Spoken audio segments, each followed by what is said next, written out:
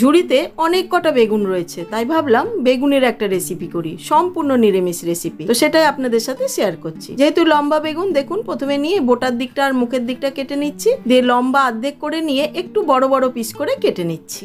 এখানে আমি পাতলা আর লম্বা করে আলুও কেটে রেখেছি, সেটা আর দেখালাম না।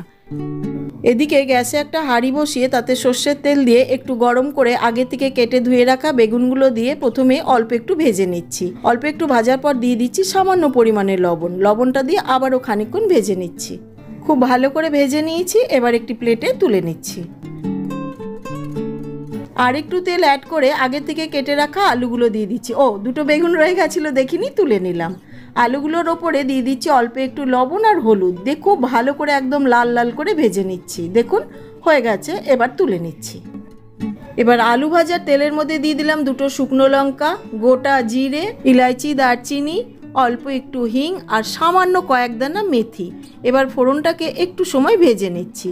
এইবার দিয়ে দিচ্ছি কেটে রাখা টমেটো, আর তার জন্য দিয়ে দিলাম অল্প একটু লবণ, যাতে করে তাড়াতাড়ি গলে যায়। এইবার দিয়ে দিচ্ছি কাশ্মীরি রেড চিলি পাউডার, জিরে গুঁড়ো, ধনে গুঁড়ো, হলুদ দিয়ে খুব ভালো করে ভেজে নিচ্ছি। এখানে মশলাগুলো একদমই কম দেব। দিয়ে দিলাম এক মুঠো কিশমিশ আর দিয়ে দিচ্ছি হাফ চামচ মতো বেসন। এইবার কিন্তু খুব ভালো করে ভেজে নিতে হবে, যাতে করে বেসনের কাঁচা গন্ধ চলে যায়। সামান্য একটু গরম জল দিয়ে ভালো করে কষিয়ে নিয়ে ভেজে রাখা আলুগুলো দিয়ে আবারও একটু কষিয়ে নিচ্ছি। বেগুনটা একটু পরে দেবো।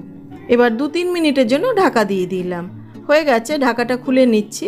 এইবার দিয়ে দিচ্ছি আগের থেকে ভেজে রাখা বেগুন আর আলুটাকে এবার কিন্তু এইভাবে ঢাকা দিয়ে ঢাকা খুলে নেড়ে নেড়ে কষিয়ে নিতে হবে, এতে জলের ব্যবহার হবে না। আবারও ঢাকা দিয়ে দিলাম, যাতে করে আলুটা তাড়াতাড়ি সেদ্ধ হয়ে যায়। হয়ে গেছে, এবার ঢাকাটা খুলে দিয়ে দিচ্ছি চিনি, অল্প একটুখানি ঘি, হাফ চামচ ভাজা মশলা, জিরে, ধনে, একটা শুকনো লঙ্কা শুকনো কলায় ভেজে গুঁড়ো করে নিয়েছি, সেটা দিয়ে একটা চেরা কাঁচা লঙ্কা দিয়ে দিলাম। দিয়ে খুব ভালো করে নেড়ে দেখে নিচ্ছি আলুটা খুব ভালো সেদ্ধ হয়ে গেছে, রেডি। এবার একটি প্লেটে সার্ভ করে দিচ্ছি।